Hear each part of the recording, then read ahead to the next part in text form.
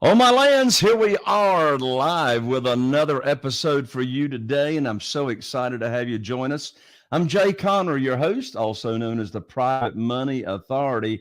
And wow, have I got some exciting guests on the show today. You need to put your seatbelts on to hear this story. Their names are Banjo and Erica. They're from Mississippi, and they came into my world about a year and a half ago, and wow, have things taken place in the past year and a half. They had begun real estate investing a little bit prior to us meeting each other. But once we met at one of my recent live events, um, boy, did they put their program on steroids. I'll let them tell you how much private money they've raised. It's a lot of money. Banjo was actually able to retire from his day job a short while after us beginning to work together. And they were doing all kinds of deals. And so we've invited them to join us to talk about one or two of their recent deals that they're doing there in Mississippi, and how it is that private money is playing into those deals. And so with that, I want to welcome to the show Banjo and Erica. Welcome. Hey Jay, how you doing? I am doing fantastic. Now, what room are you broadcasting from there in your house? This is where all the magic happens. This is the office. That is awesome. That is awesome. Well, thank y'all for taking the time to come on. The listeners are going to just love your story, and so let's just jump right into it. So, first of all, how did you get involved in real estate investing to start with? Where did the interest come from, and how did you start? Back when did you start? It was about 2008. We were looking for a new house, and when I was at the railroad, somebody was saying, "Hey, why don't you talk to Jeff?" One of my really good friends and mentors, Jeff Gonzalez, was a realtor, and so at this time we weren't super tight, but I contacted him and I said, "Hey, Jeff, I'm looking to buy a new house. I'm wondering if you can help me out." And so he said, "Yeah." He said, "But let me ask you a question. What you going to do with the house you have right now in Algiers?"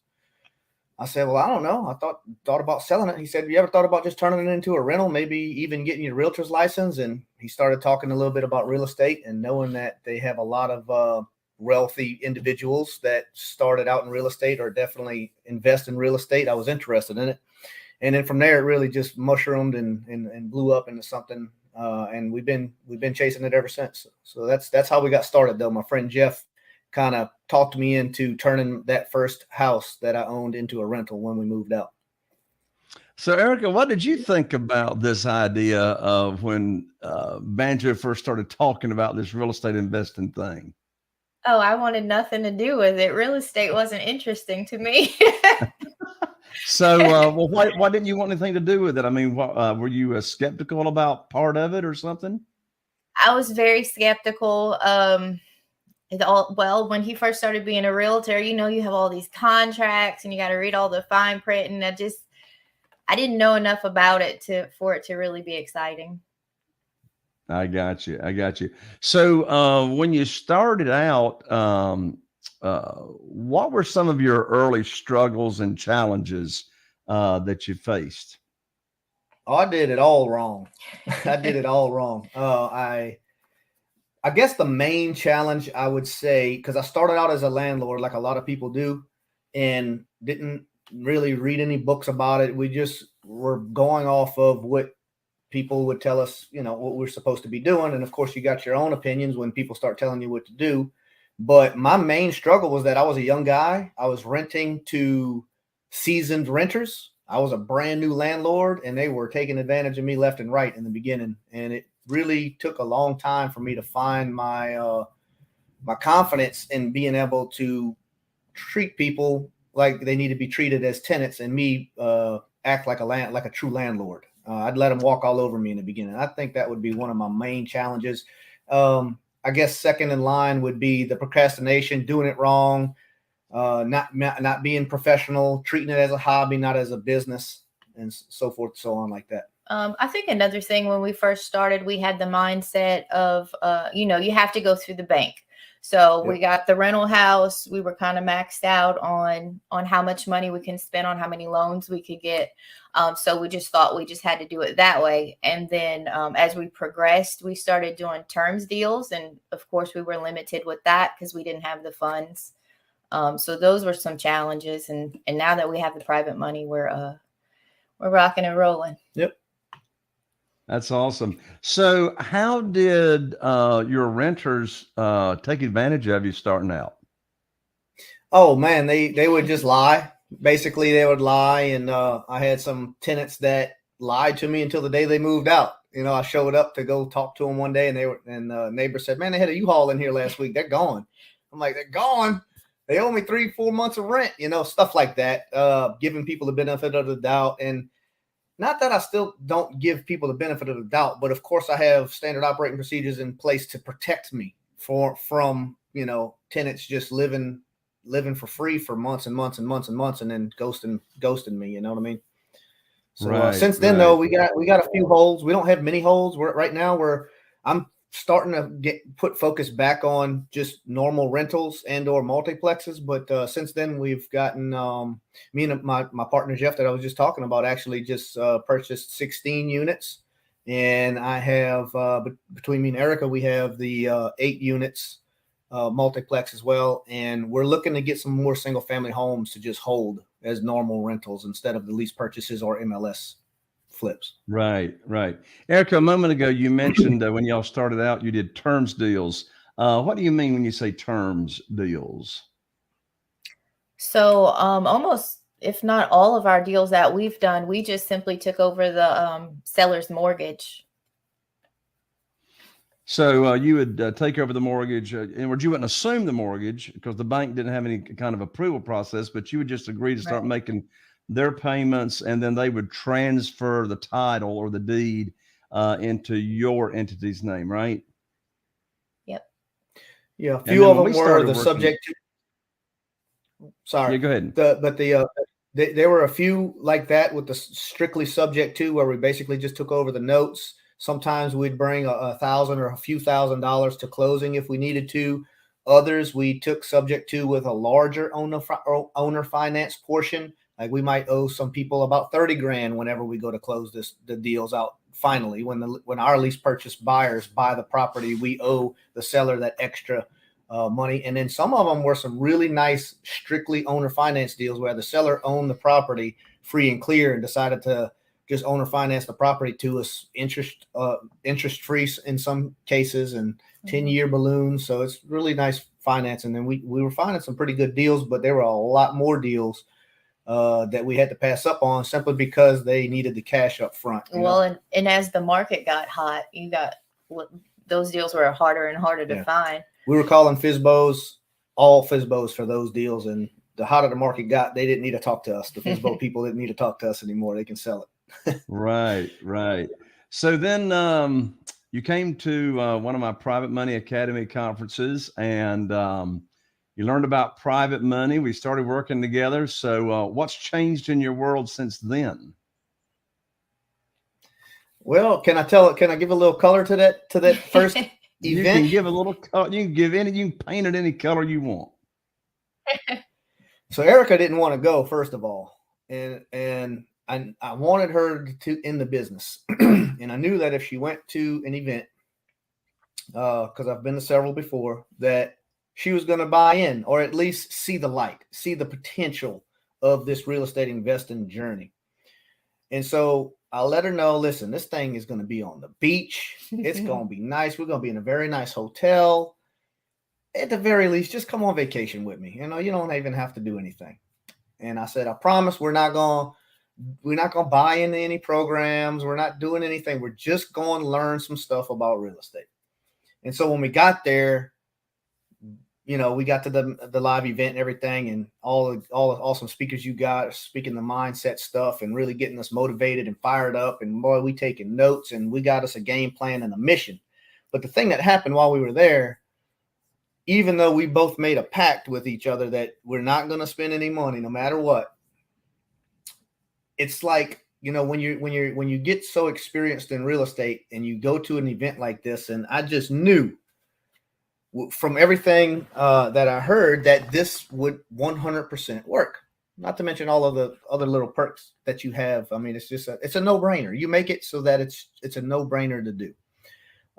And so I knew in my heart of hearts and with all of my soul that we would not go wrong buying all into this thing. Problem is, we made a pact with each other that we weren't going to do that. So now so I leaned over at some point during the event. I'm like, we got to buy this, right? And she's like, so now we're trying to figure out between us, and we were probably maybe one of the most skeptical ones of anyone that signed up, but we were the very last ones. I remember that everybody was leaving actually, and we were finally just decided we were going to go ahead and sign up. And man, since then, my gut proved to be right. With the leadership that you have in place, Crystal and Chaffee and Kelly and everybody else that helped with the Platinum Plus programs, the instructional part, the mastermind part, the business building part, it really, really just exponentially fast forwarded our business. And we took advantage of it. I'm not saying it was easy by any means. It was hard. It's not easy to do what we were doing, but we definitely couldn't do it without you in the program. So we would greatly appreciate that. So, first of all, let's make sure that our listener knows exactly what we're talking about. What is private money and what is it not? So private money is simply money that an individual like you or me or anybody else, everyday person, lends to a real estate investor in order to make high rates of return safely and securely. So you're not doing business with banks. Correct. Not doing business with banks. We're not partnering. We're not JVing with them. The private lender acts in the same capacity as a bank would act, and they're protected just like a bank's protected as well. And you're not borrowing hard money. No, sir. Not borrowing hard money. There's no middlemen, no extra fees. So where do you find these people? Well, in our what's called the warm market, people we know, friends, family, friends of friends. And since joining the program, we've learned that networking is one of the most underutilized tools in business today. So we have become networking experts. We love it. We joined several groups and programs and stuff like the Rotary Club. I visited a few BNIs, Business Networking Internationals. I've actually started a real estate and investor association meetup in my hometown because of y'all pushing me to do so.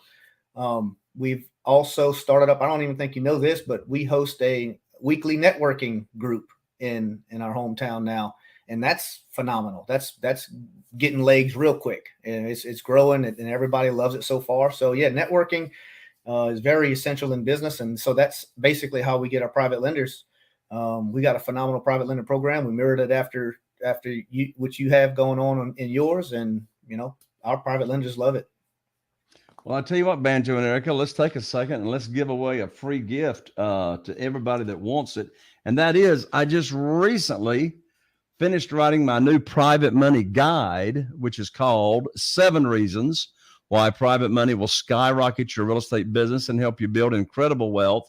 You can download it for free at www.jayconner.com/money guide. That's jayconner.com/money guide. And this will put you on the fast track to getting you more private money than you can actually spend and invest in your deals. Speaking of deals, Banjo and Erica, would you share with me and the audience a recent deal that you've done and what the numbers look like and how you found it and how you funded it and the whole story behind the deal? Sure. So I remember specifically, I was driving down Highway 26, and this is right before we hired our newest acquisitionist. So I was taking all the phone calls, and we placed a bunch of bandit signs out. Got a phone call from a gentleman on a bandit sign, asked me if we're the ones who buy the houses. I told him, yes, sir, we sure are. And he told me where the house was at. It was kind of on the way where I was headed. I was headed to the house. I said, I could take a little detour and be there in about 20 minutes if you'd like. Sure enough, he said, sure, let's do that. So we showed up at the house. We walked around, got a quick idea on what we would be looking at on repair wise. Not a sure concrete number, but I knew the ballpark where we were at. Now, you know, we don't like giving offers if we can help it. We would love the seller to let us know what they want us to buy the house for. And so I asked them, and he said, I don't know, man. I'm just looking for an offer. I learned a few techniques through the years. One of them that stuck with me, a few of them that stuck with me. One is, well, you know, you wouldn't put a car on Craigslist and not put a price. And so you want to sell this house just like as if you would want to sell a car. So give me a ballpark figure. What are you looking for? He was adamant. He didn't want to tell me what the price was. And so that was okay though. And so later on, I asked them if it would be all right if he left a key under the mat, because he lived a little bit ways away from the house. It was a vacant house.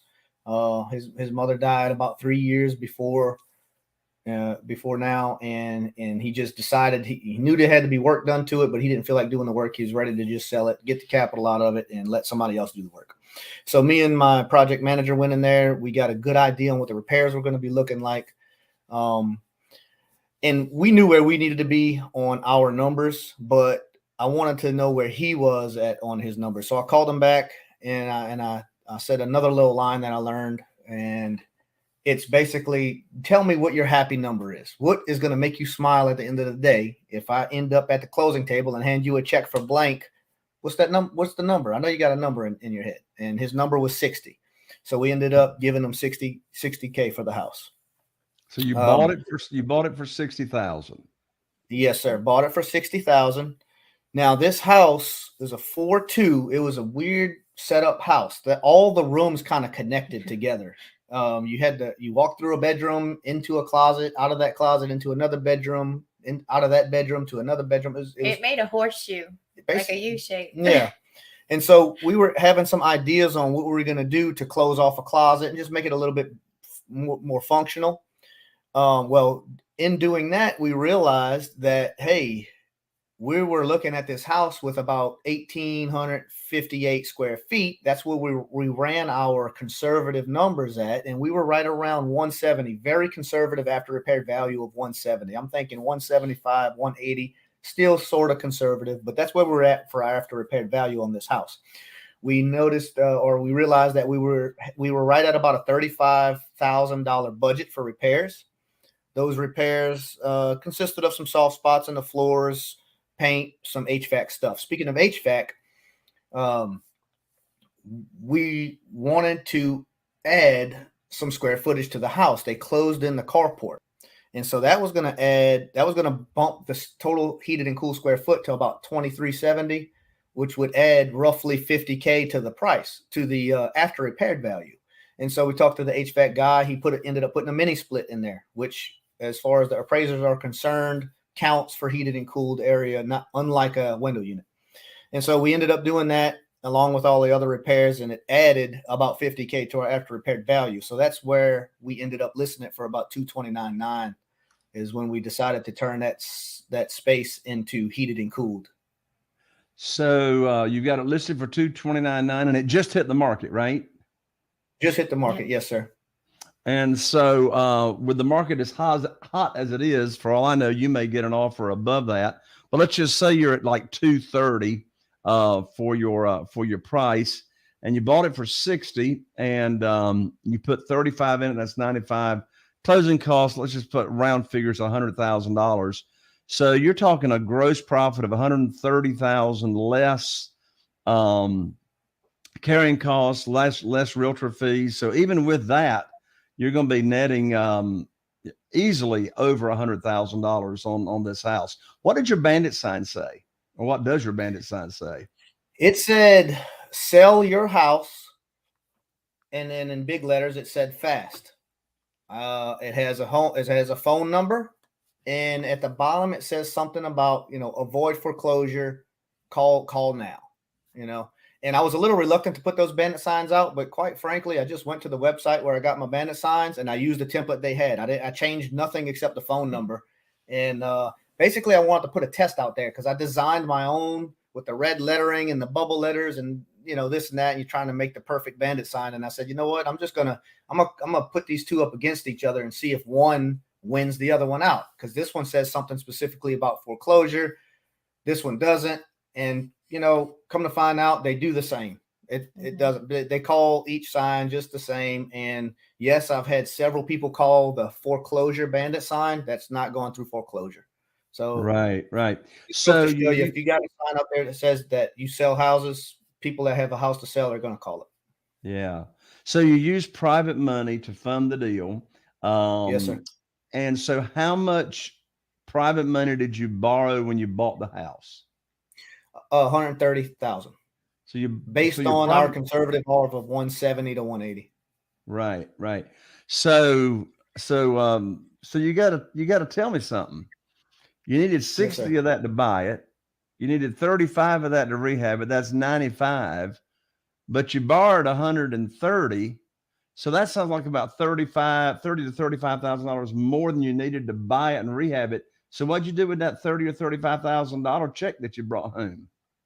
Well, at the end of the day, I suppose we could do whatever we want with it, but we threw it in the bank. And we, basically threw it out there for unexpected. We always keep about 10 grand when Murphy shows up in these houses, which he usually always does. But I'm telling you, we're about done with this project, and we estimated $35K in repairs, and my project manager Caleb did a wonderful job of hitting the nail right on the head. We're right at $35K, so phenomenal job there.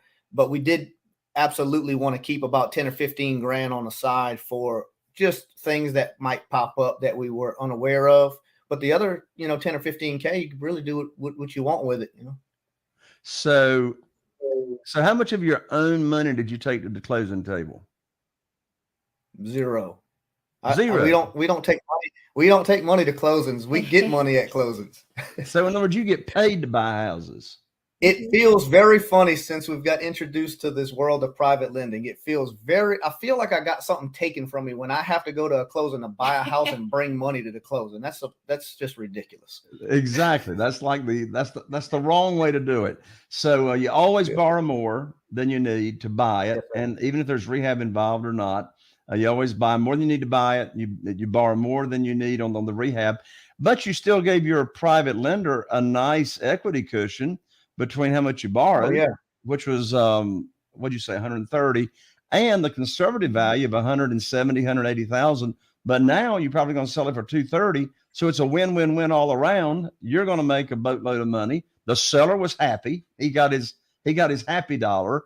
And your private lender's happy because they're getting paid high rates of return. And, and then, you got your project manager, and then you got your subs. So you got a lot of people winning out of this deal. Absolutely. And I learned that lesson the hard way, going against what y'all teach. Borrow, more than you need all the time. And with me and Erica's conservative ways, on one of the first deals that we ended up doing, we didn't want to borrow over leverage, so forth, so on. But that ended up biting us in the butt because Murphy showed up with all his cousins, all his family. They had the camper and everything. And now we're pulling money out of our own pockets when we could have easily borrowed more money in the beginning and would have had a nice cushion and still protect the private lender as well. With the 25% equity cushion that we give all of our private lenders, they could have still been protected, but me and Erica wouldn't have had to come out of our pocket with our own money. So yeah, definitely. After that, we always borrow more than we need in case something pops up like that. That's awesome. So how much private money have you all raised so far, approximately, since you started raising the private money? I think we're up to about a little over $1 million, 1.1. 1.2. A little over $1 million. And that's like within, about a year and a half or so? About a year and a half. That's awesome. You've probably lost count of this, but an approximate equity or profit that you've done in the past year and a half? It's going to be if we count the 16 units, I mean, when we're done with those 16 units that we bought with Jeff, that's going to be $1 million in equity in itself. Nice. When we done the rehab and that. So, and we actually used the private money from our business to help fund the deal. That's why Jeff ended up calling us, because we were at a fishing camp having some good old fun, and we were talking about this deal coming up, and he said, man, I'm trying to get this deal funded, I said, man, you're talking to the private money authority down here in the South. I use your line, Of course. And we laughed. He knows I was kidding. And he said, no, seriously though, what do you think you can do? I said, well, let's get it done. So we needed like 650,000, and I made it happen within a week and a half, I believe, with some private money that we had sitting on the shelf, and some others that we rustled up. So that's how we ended up going in partnership with him on that deal there. That is awesome. So when you're talking with first of all, your private lenders that you borrow money from, had any of your private lenders ever loaned money out to other real estate investors before they started doing business with you? No, sir. So how do you get people to loan money to you and they've never loaned money to a real estate investor before? I mean, are you chasing? Are you begging? Are you selling? No. What I'm doing is I'm presenting an opportunity for someone who is having a hard time finding a place to allow their liquid capital or their retirement accounts to grow for them. Of course, with high rates of return, but I think the main sticking point in this economy, especially right now, is the safe and secure part. And they love the safe and secure part. They can see me, shake my hand. They can go ride by the house if they want. They know that they can count on me. But what they really love is the fact that they're on a deed of trust or a mortgage, and they're protected. Their note's protected by the actual piece of real estate. So that really helps them to understand that, hey, this is the real deal. They're not just loaning me money, just kind of giving it to me and hoping they get their capital back. At the very least, they're going to get a piece of property out the deal if something goes south, So you're not borrowing unsecured money. You're borrowing money that is actually backed by the real estate that you're buying. Yes, sir. Yep. And I also have to throw in there, I did have one private lender actually that I met through our local gym that we go to. Just approached him and told him, a little bit about what we do. And he was interested because the stock market's volatile. And he pulled his money out of the stock market that he wanted to pull out. And since working with us, making a much more safe and secure high rate of return. But he was involved. He was a little bit skeptical because he was involved with a REIT before. And he said that he put about $20,000 into a REIT, and 3 months later, it lost 20% or something like that. And so that has to do with real estate, and those things are advertised kind of backed by real estate and everything too. So I had to explain to him that this private lending program that we got is a bit different than one of those. Whereas your entity, whoever's loaning the money, is going to be put on the actual deed of trust. They're listed as the mortgagee on the hazard insurance. They're on additional insured on the title insurance. They got the promissory note, and everything's recorded at the courthouse. So super protected, just like like a bank would be. That's awesome. Well, you all are becoming very, very quickly seasoned real estate investors, but I know you remember what it was like when you were brand new. So what's the best advice, or 2 or 3 pieces of advice you would give a newbie that's looking to still do their very first real estate deal? What would be your advice to them, given your experience? Find someone that has the heart of a servant, that's been through the fire already, that will be willing to help you get through the fire. Because even with the best coaches in the world, you're still going to go through some fire. It's going to be hard, but that would be my number one piece of advice, is to find somebody that you can have coach you or mentor you through your first couple of deals. Yeah. What comes to your mind, Erica? Yeah. I think you definitely need a coach or a mentor, but as far as private money goes, I think that one of the hardest things for me to realize in the beginning was that I wasn't begging anybody for money. I wasn't trying to sell anything. I'm just trying to educate people. And we're really, when you realize how much you're helping your private lenders, we have one that she looks forward to her monthly check. She lives off of it, and her liquid capital isn't diminishing like it was before. She's keeping it the same. And when you just realize how much of a difference you're making in people's lives, it changes your confidence level, and it just ups your game and helps you become that much more successful. That's awesome. Well, I'm so proud of you guys. I mean, you all are just knocking it out of the park there in Mississippi. And thank you so much for taking the time to come on today and share your story. It was an absolute pleasure, brother. Appreciate the invite. Yes, sir. Thank you. All right. Thank you, Banjo. Thank you, Erica. Well, there you have it. Another episode of an amazing show, an amazing story. I'm Jay Connor of the Private Money Authority. And I tell you what, I just really, really need your help.